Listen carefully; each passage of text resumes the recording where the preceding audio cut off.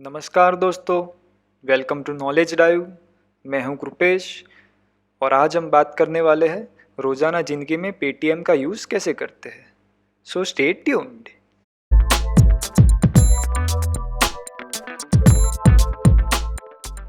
Paytm को install करने के लिए अपने मोबाइल के प्ले स्टोर में जाए और ऊपर सर्च बार में पेटीएम टाइप करें।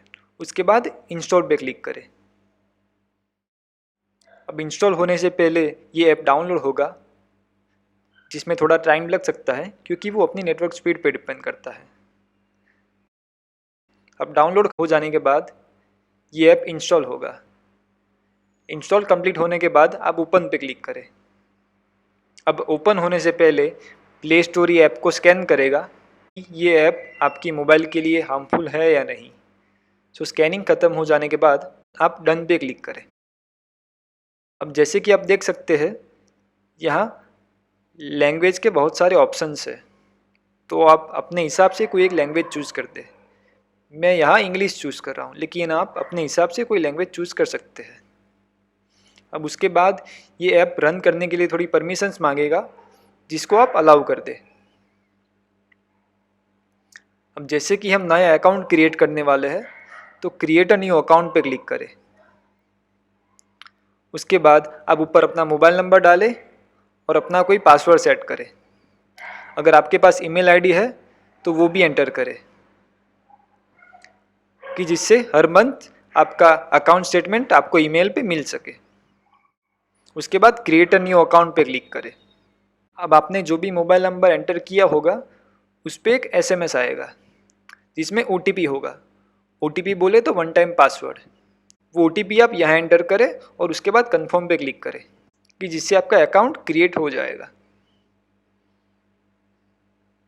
अब ये दिखा रहा है कि Paytm account has been created.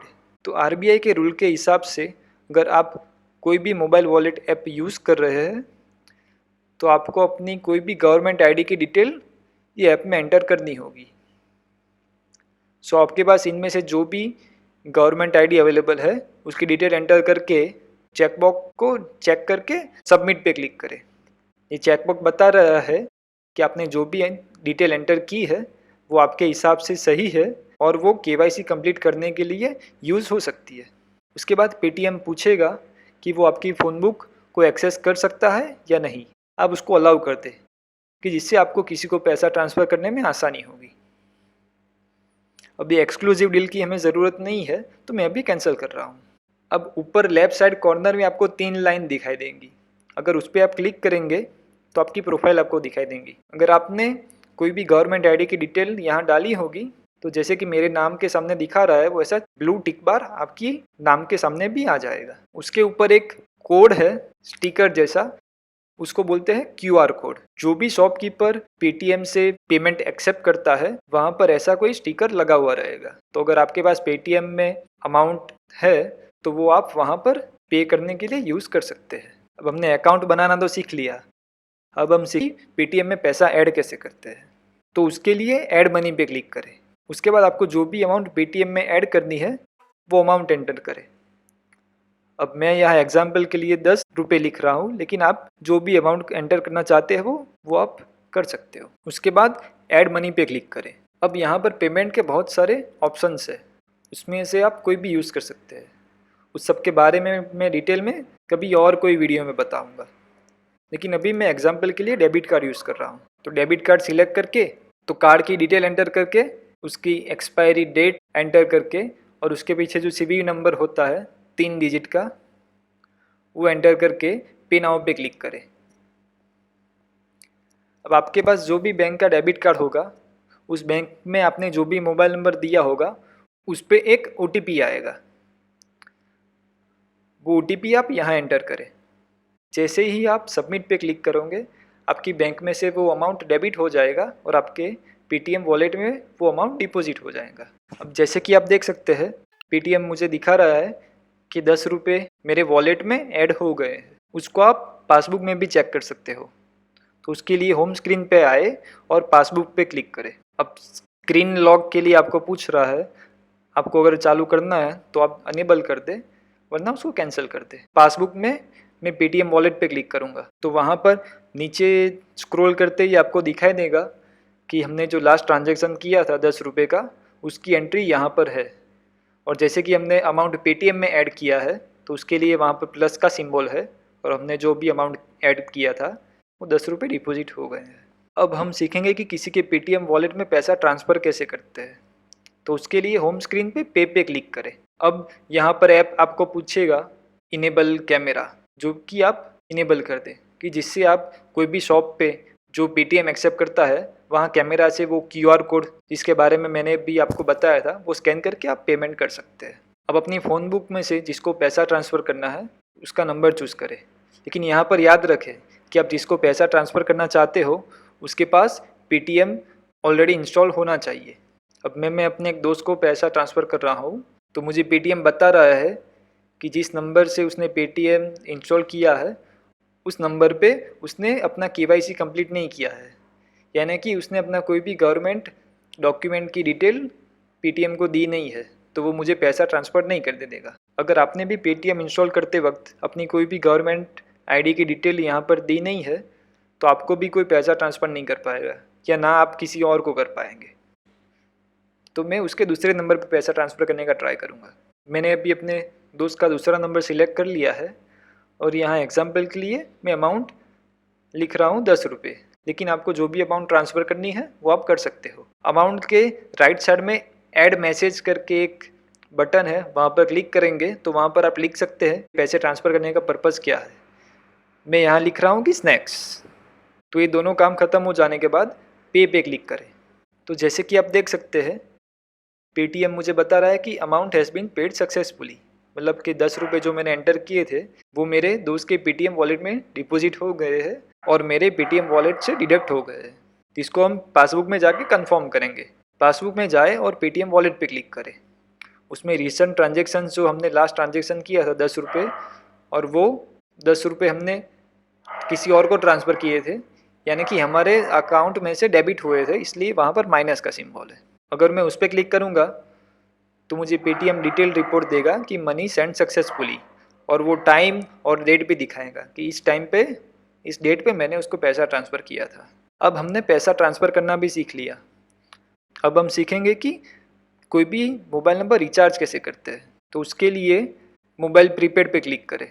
अब आप वहाँ पर अपना मोबाइल नंबर डालें और वो प्रीपेड है तो प्रीपेड सिलेक्ट करें, पोस्टपेड है तो पोस्टपेड सिलेक्ट करें। आप फ़ोन बुक में से भी मोबाइल नंबर चूज़ कर सकते हो। उसके बाद आप ऑपरेटर चूज़ करें।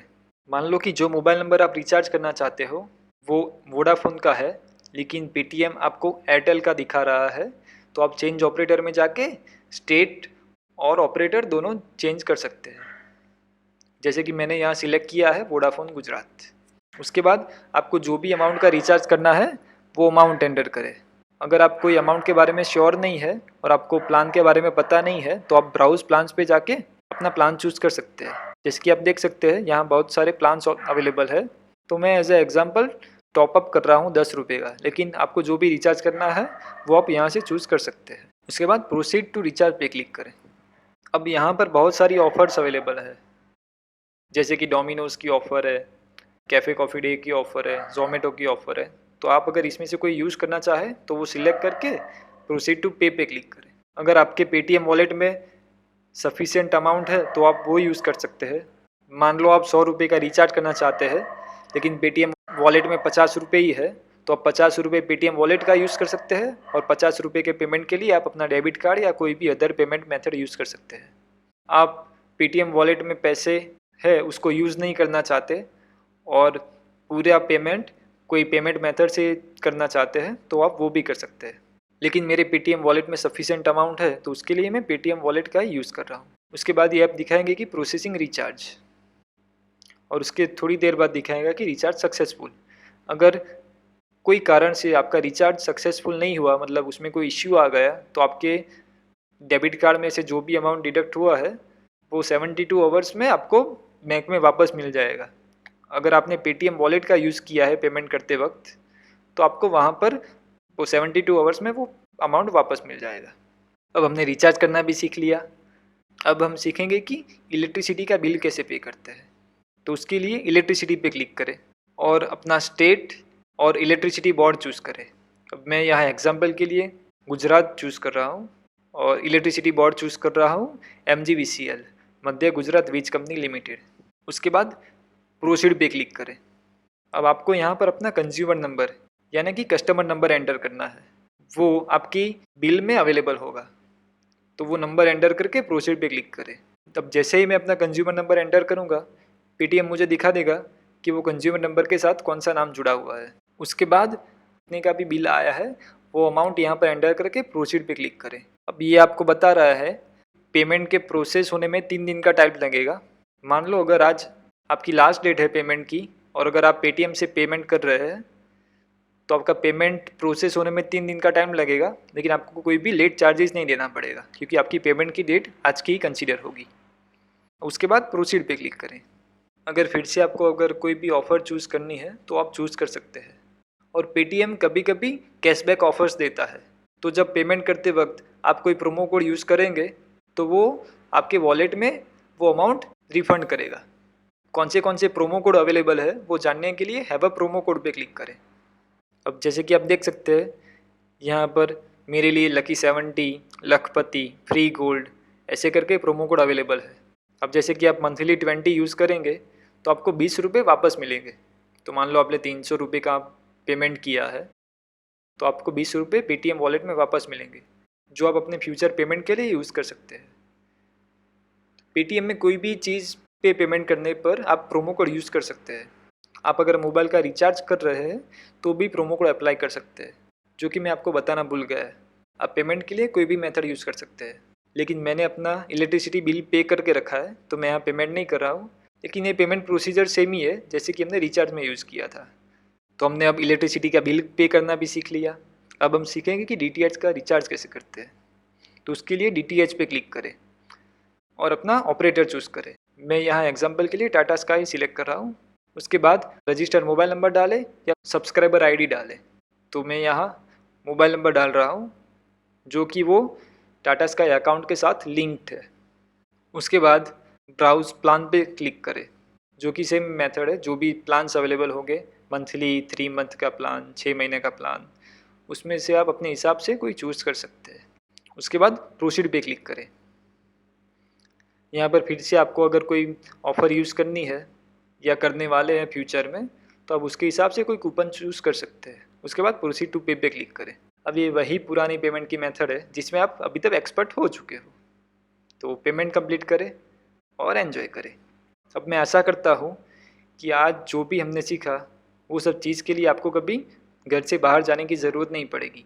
आप घर बैठे ही अपना ये पूरा काम कर सकेंगे, जैसे कि रिचार्ज करना, इलेक्ट्रिसिटी का बिल पे करना, DTH का रिचार्ज करना या किसी को पेटीएम में पैसा ट्रांसफ़र करना। अगर आपको ये वीडियो पसंद आया है तो वीडियो को लाइक करें, सब्सक्राइब करें और शेयर करें उनसे कि जिनको पेटीएम का यूज़ करना नहीं आता है। अगर आप मुझसे चाहते हैं कि मैं कोई पर्टिकुलर टॉपिक पे वीडियो बनाऊँ या अगर आपको वीडियो के बारे में कोई फीडबैक देनी है तो वो कमेंट सेक्शन में ज़रूर बताएं। धन्यवाद। Keep watching knowledge drive.